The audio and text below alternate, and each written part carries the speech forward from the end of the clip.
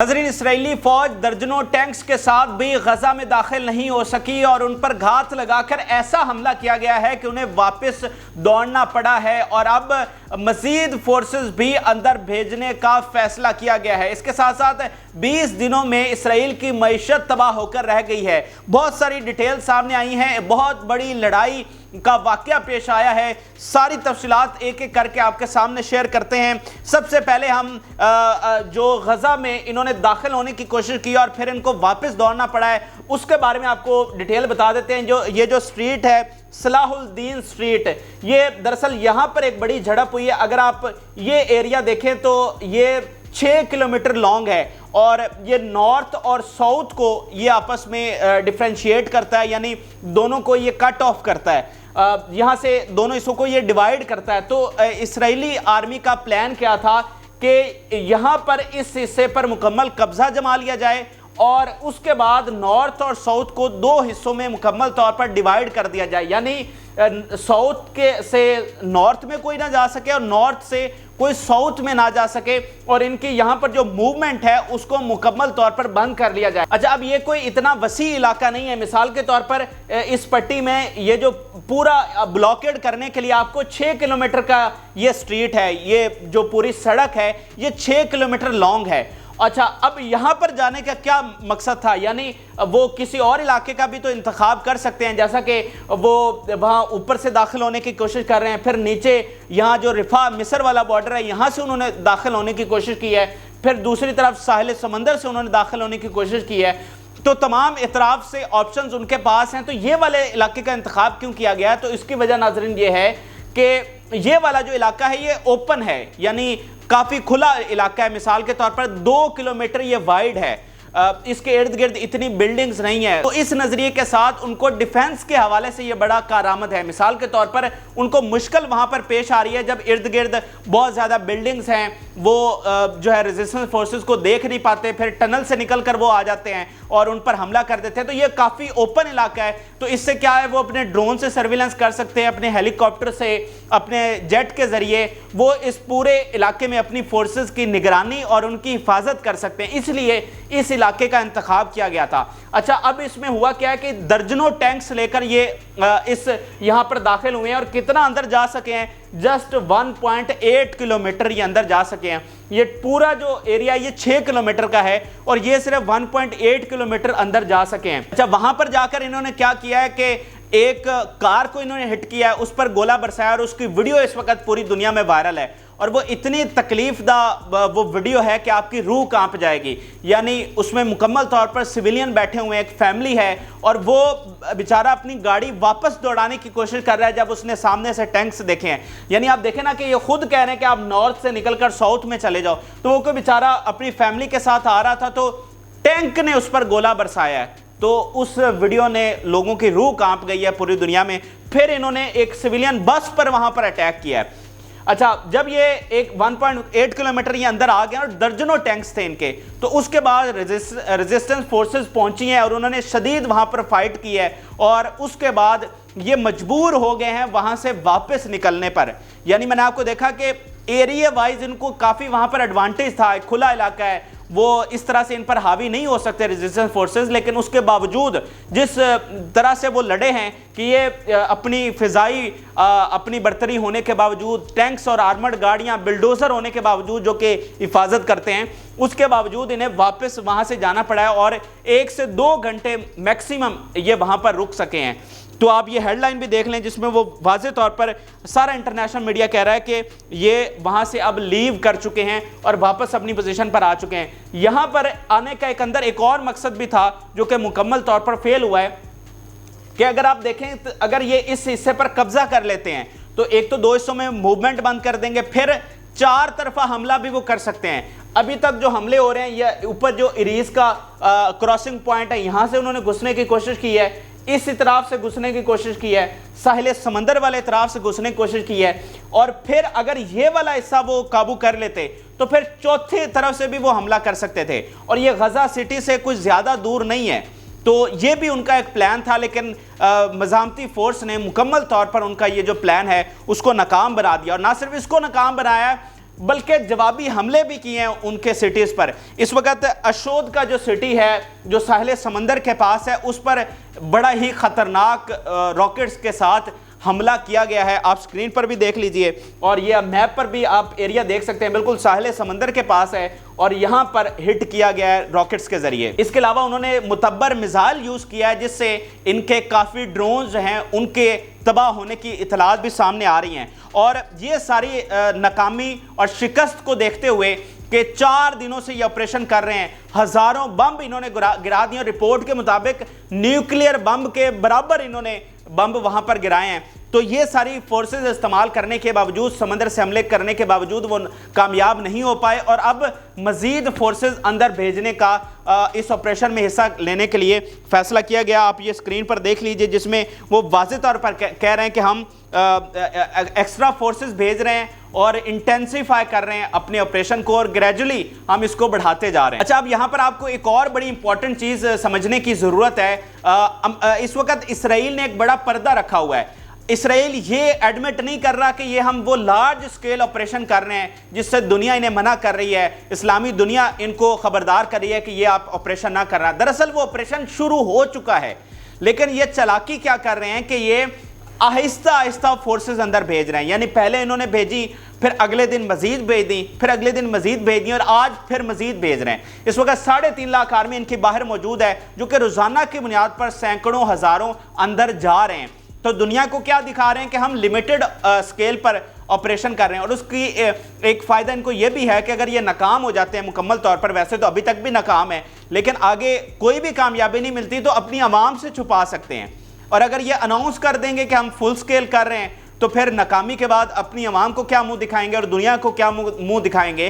तो इसलिए ये पर्दा रखते हुए और चालाकी से काम लेते हुए ये रोज़ाना की बुनियाद पर नई फोर्सेस अंदर भेजी जा रहे हैं। लेकिन ये बात दुनिया को समझ आनी चाहिए और पता नहीं क्यों नहीं आ रही। एक जर्नलिस्ट हैं, उन्होंने ट्वीट किया था जिस दिन ये ऑपरेशन शुरू हुआ था और उन्होंने बताया था कि मेरे जो जॉर्डन और बाकी ममालिक में सोर्सेज हैं उन्होंने मुझे कंफर्म किया है कि ये वही जो लार्ज स्केल ऑपरेशन है, फुल स्केल ऑपरेशन यानी जंग जो है वो छिड़ चुकी है, वो शुरू हो चुकी है।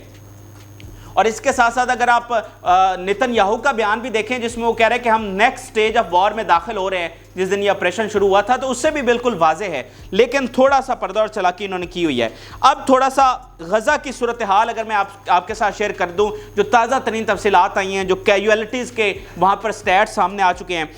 गजा की सूरत हाल ये है कि जैसे इन्होंने लिखा है जेट्स एंड स्क्रीमिंग, वहाँ पर या तो त्यारों की आवाज़ें हैं जो बम बरसा रहे हैं या फिर चीखों की आवाज़ें हैं। इसके अलावा के हॉस्पिटल्स के बाहर फैमिलीज जो हैं वो अपने प्यारों की डेड बॉडीज़ लेने के लिए मौजूद हैं और हर तरफ मातम ही मातम है। इसके अलावा जनाब जो टोटल डेथ्स हुई हैं उसकी स्टैट्स भी आ चुके हैं और वो मैं आपके सामने शेयर करता हूँ। एटलीस्ट 8000 से ज़्यादा लोग शहीद हो चुके हैं और जिसमें 3457 के करीब बच्चे हैं, 2136 औरतें हैं और 480 एल्डर हैं। इसके अलावा 21,000 लोग जो हैं वो ज़ख्मी हैं और 1950 लोग मिसिंग हैं। अब ये मिसिंग से मुराद ये है कि जहाँ पर एयर स्ट्राइक हुई है अब 1950 लोग इस वक्त मलबे तले दबे हैं जिनको निकालने वाला कोई नहीं है और उनमें से 1000 से ज़ायद बच्चे हैं जो कि मलबे तले दबे हैं और उनकी लाशें अभी तक निकाली नहीं जा सकी हैं।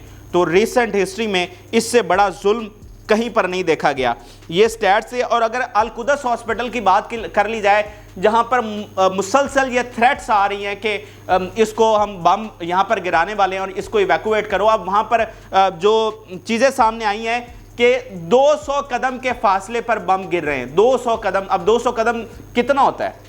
तो आप बिल्कुल उसकी वाज़े आवाज़ सुन सकते हैं, वहाँ पर आप उस धमाके को देख सकते हैं, शोले, सारी चीज़ें आपके सामने हैं।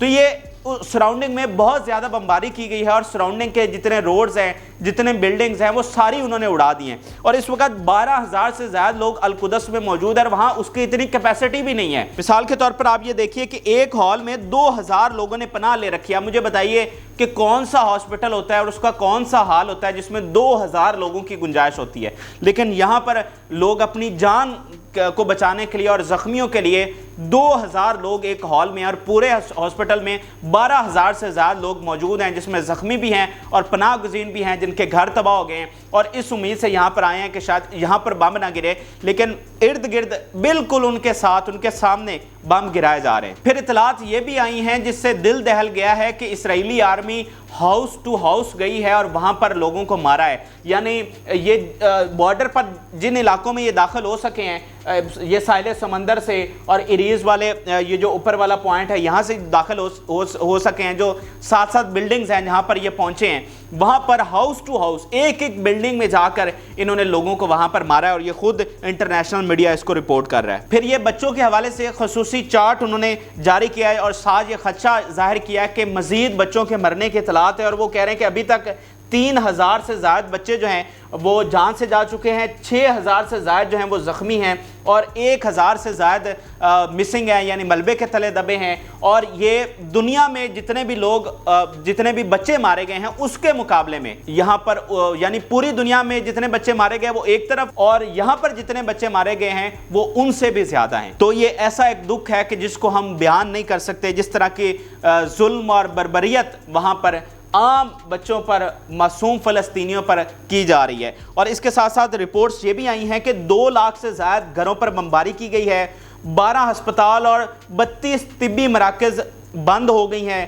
80 سرکاری عمارتوں، 47 مساجد، 3 گرجا گھروں یعنی چرچ اور 203 سکولوں کو نشانہ بنایا گیا ہے، اور غزہ میں مکمل طور پر تباہ ہونے والی عمارتوں کی تعداد 2000 سے زائد تجاوز کر چکی ہے، اور اس کے ساتھ ساتھ 20 سے زائد جرنلسٹ اپنی جان سے جا چکے ہیں، جو صحافی وہاں پر کوریج کر رہے تھے، 20 سے زائد ان کی جان جا چکی ہے، اور 53 سے زائد یونائٹڈ نیشن کے نمائندے جو یہاں پر موجود تھے وہ بھی جان سے جا چکے ہیں، اور یہ بھی صرف اسرائیل ہی یہ بدماشی کر سکتا ہے۔ اور مجھے دنیا میں بتائیے وہ کون سا ملک ہے کہ جو یونائٹڈ نیشن کے بندے مار دے اور یونائٹڈ نیشن پھر بھی اس کے خلاف کوئی اقدام نہ لے سکے۔ یہ بدماشی اور یہ تکبر صرف اسرائیل ہی کر سکتا ہے۔ پھر آپ امریکہ کے بہت اہم سینیٹر برنی سینڈرز، ان کا ٹویٹ دیکھیے غزہ کے حوالے سے، وہ کہہ رہے ہیں the humanitarian situation in Gaza is dire and getting worse by the minute، کہ ایک ایک منٹ میں وہاں کی صورتحال خوفناک ہو رہی ہے۔ اسرائیل must obey international law and allow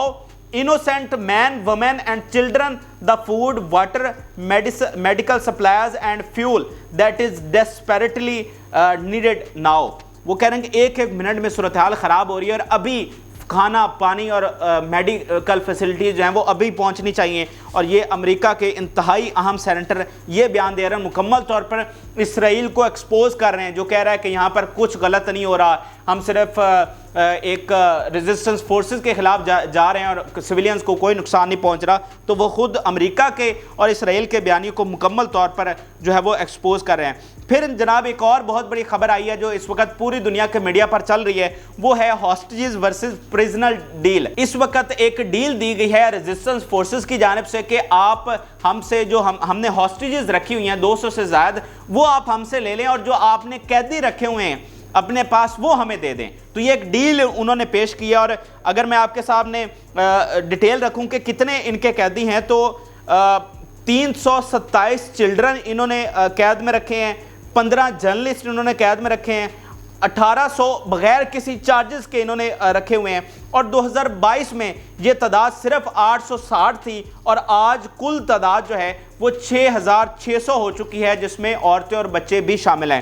تو ریزسٹنس فورسز یہ کہہ رہی ہیں کہ آپ ہمیں وہ قیدی دے دیں اور جو ہے ہم سے ہاسٹیجز لے لیں، لیکن دیکھیں نا کہ وہ امن نہیں چاہتے، وہ یہ نہیں چاہتے کہ یہاں پر کوئی سلیوشن نکل جائے، وہ کوئی امن ہو جائے، کوئی وائلنس ختم ہو جائے، وہ یہ نہیں چاہتے۔ اس لیے وہ بہانہ تو یہ لگا رہے ہیں کہ ہم یہ جو سارا آپریشن کر رہے ہیں یہ ہاسٹیجز کو نکالنے کے لیے کر رہے ہیں، تو وہ تو کہہ رہے ہیں کہ ہمیں آپ ہاسٹیجز لے جاؤ، لیکن آپ نہیں لے رہے ہو۔ تو اس کی وجہ یہ ہے کہ آپ ایک اس کو جواز بنا کر آپ نے جنگ چھیڑ رکھی، اور یہی آپ کا مقصد ہے۔ اور ریزسٹنس فورسز نے 3 جو ہاسٹیجز ہیں ان کی ویڈیو بھی جاری کی ہے، جس میں وہ اپیل کر رہی ہیں نتن یاہو سے کہ خدا کا واسطہ ہے کہ قیدی دے دو اور ہمیں جو ہے چھڑوا لو ان سے، اور ہم جو اپنی فیملیز کے پاس جانا چاہتی ہیں، اور وہ جو پریزنر ہیں وہ بھی اپنی فیملیز کے ساتھ آ کر ملیں۔